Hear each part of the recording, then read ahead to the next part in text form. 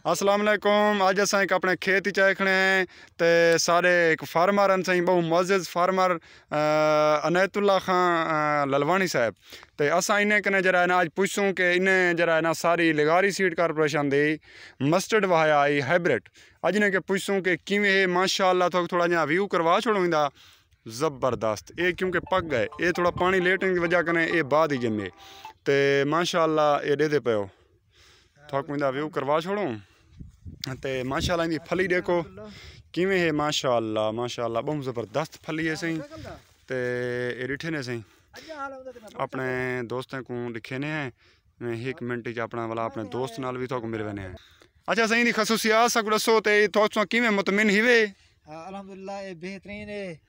और शुक्र तो अल्हम्दुलिल्लाह साडे ये समझ सोच साडे अपना ख्याल करने में सब इनके को ज्यादा बेहतरीन तवक्को है। माशाअल्लाह ये लिगारी सीड कारपोरेशन दा आई जी हाँ लिगारी सीड कारपोरेशन को माशाअल्लाह तुसा लिगारी सीड कारपोरेशन दे मुतमिन हिवे मुतमईन है। अच्छा इंदा जरा मस्टर्ड हाइब्रिड आई बहुत अच्छा है बेहतरीन है जर्मिनेशन भी ठीक है और पैदावार भी माशाअल्लाह साडी सोच कर भी चंगी माशाअल्लाह तुसा अपने ई को अपने किसान भिरावे को